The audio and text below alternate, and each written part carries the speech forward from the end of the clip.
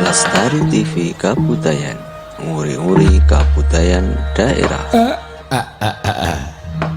Blegegek ugek sadulita mel. Mersasat kaya dene kejugrukan wukir sari kelepaning samudra madu. Kawontenanipun Karang Kadempel. Dinamung sak sudung kula kemawon. Lah kok kerawuhan para priyagung ingkang sampun kepareng nglonggaraken salira. Ngentrengaken salira rawuh wonten ing Karang Kadempel. Sinuwun ngamarta kula ngaturaken bekti kula kunjuk nggih Ndara. Iya. Kakang Semar Badranaya. Wis ndak tampa tiba padha-padha Kakang Semar. Aja gawe gelaning atimu dene praptaning Puntadewa sakadang ora cecala luwih dhisik marang Kakang Badranaya. Mboten dados menapa Den. Kula suwun dipun sekecakaken anggenipun lenggah. Jernyatanipun mriki menika namung desa. Benten kawontenanipun kalian kraton negari Ngamarta. Sarwa-sarwi kekirangan Ndara. Kakang Semar kaya ora kang prayoga praptaning Puntadewa ning Karang Kadempel. Dina samengko iki Kakang Badranaya. Matur sembah nuwun Ndara. Sinuwun Ndarawati. Wilujeng rawuhipun ya jagat mangestungkala wayah turu jagat. Iya. Kakang Semar tansah pinanganing kawidadane ring sambikala praptaning nata ing Ndarawati ning Karang Kadempel. Aku ngaturake salam taklimku katur marang Kakang Nayantaka. Nggih, kula tampi. Ndadosaken bombong raos sing manahipun ingkang abdipun Semar. Sinuwun mandura bekti kula kunjuk. Jagat wasisaning ubara wayah tur jagat. Yo Semar. Ndak tampa kowe ngabekti kalawan nata ing Mandura. Ora liwat mung tiba sepadha-padha. Wilujeng rawuhipun Ndara. Yo tansah pinangangan kawidadan niring sambikala praptaku ning Karang Kadempel. Kakang Badranaya slamet ora nemu alan swiji apa. Nggih, syukur. Den Ndara Jodipati bekti kula kunjuk nggih Ndara. Wah. Semar yo. Ndak tampa dipol tiba padha-padha. Dipun prayogekaken anggenipun lenggah. Yo Semar kaya wis ora kurang prayoga. Ndara Janaka bekti kula katur. Iya Kakang Semar. Ndak tampa tiba padha-padha Kakang Nayantaka. Dipun sekecakaken lenggahipun. Iya Kakang Nayantaka kaya wis ora kepenak praptaku ning Karang Kadempel. Nala Gareng diprayogake ya Le.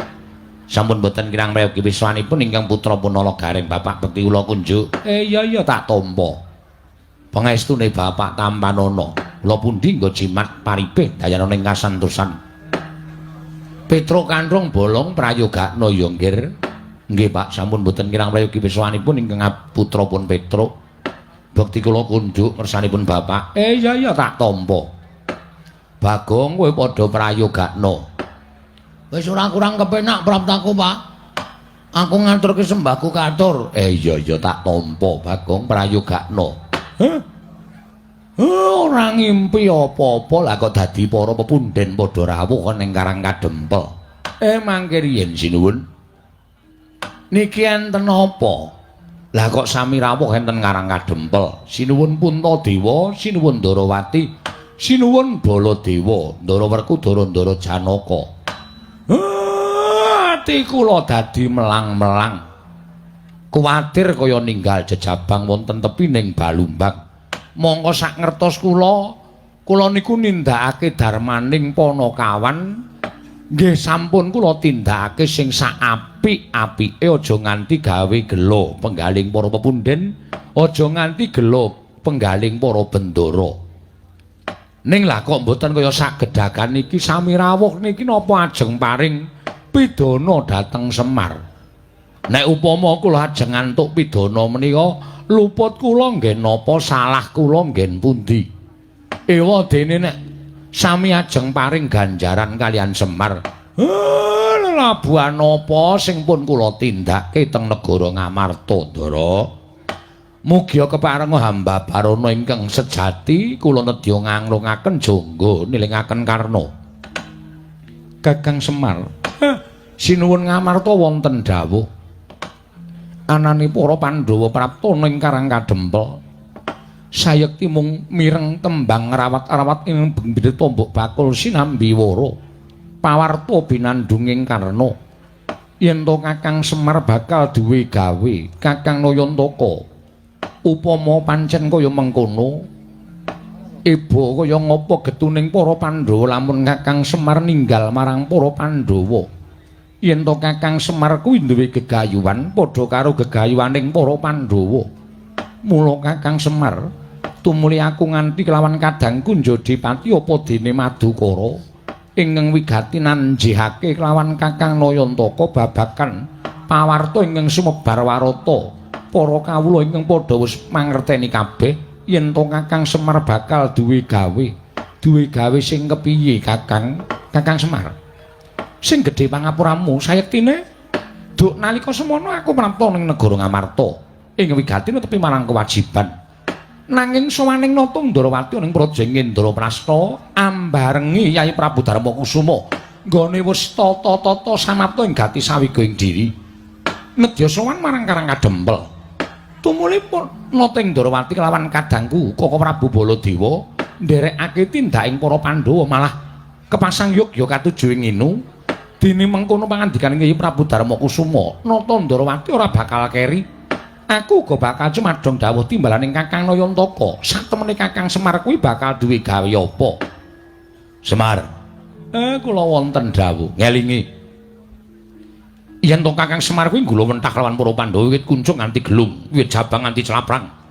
Nadan Nyai Prabu Ndarawati uga tau-tate nampa pangudanging Kakang Nayantaka. Baladewa ki ora ketang sithik. Tau-tate mbok gula mentah. Aku mbok kancani urip nalika aku disetrakake ana Widara Kandhang. Mula lelabaning Kakang Nayantaka ing mengkono mau ora bakal bisa tak ijoli nganggo cacahing brana picis. Kabecianing Kakang Semar ing mengkono mau ora bakal tak itung sarta ora bakal sak traju yen tak ijoli nganggo derajat pangkat apa wae. Mula gandeng dina samangga Yai Prabu Darmakusuma wis paring dawuh yen to Kakang Semar bakal duwe gawe. Gawemu apa? Lan wigatine apa? Gegayuhaning Kakang Semar apa? Tumuli blakakno marang Baladewa. Aku ing bakal saguh sak biyantu lawan Kakang Nayantaka. Maragake paring pangandika Kakang Semar. Handra ingkang puspita The next day. Kagemporo sederek sedoyo ampun kesupen subscribe, like, share lan dipun teken gambar loncengipun supados angsal video enggal saking channel Lestari TV Kabudayan. Matur nuwun.